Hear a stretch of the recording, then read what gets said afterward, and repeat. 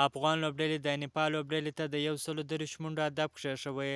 د 19 کلنو اسیا جام کې د افغانستان 19 کلنې کم عمره کرکټ ملي لوبډلې په خپله وروستۍ لوبه کې د نیپال لوبډلې ته د 130 منډو هدف کښېښوی.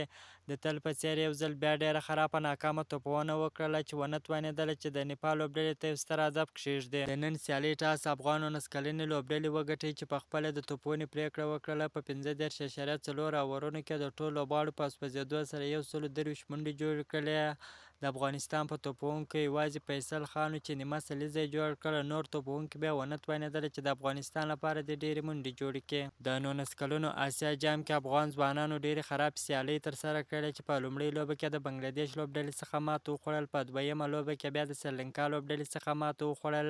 خو نن یې د نیپال لوبډلې پر وړاندې هم ډېره خرابه ناکامه توپونه ترسره کړې ده. افغان لوبغاړي څه ووایم چې دغه د نن سیالۍ دې هم وګټي.